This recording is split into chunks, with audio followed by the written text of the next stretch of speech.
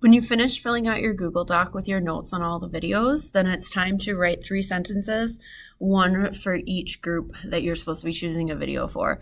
So I have these sentence stems for you in the classroom post, so you can copy and paste these into your document. So you're going to highlight, you can either double click to get the little window, or you can click Control C.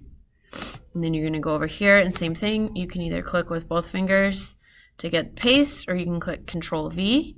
So then your job is to go in here and fill in these blanks. So I think the best video for second grade is maybe the free school video, whatever one you'd pick. Free school power of water because, and then it says give 2 reasons and relate it back to the group. So because it was interesting and had great real life pictures, and relate it back to the group means give a reason why like second grade would enjoy something that's interesting with real life pictures.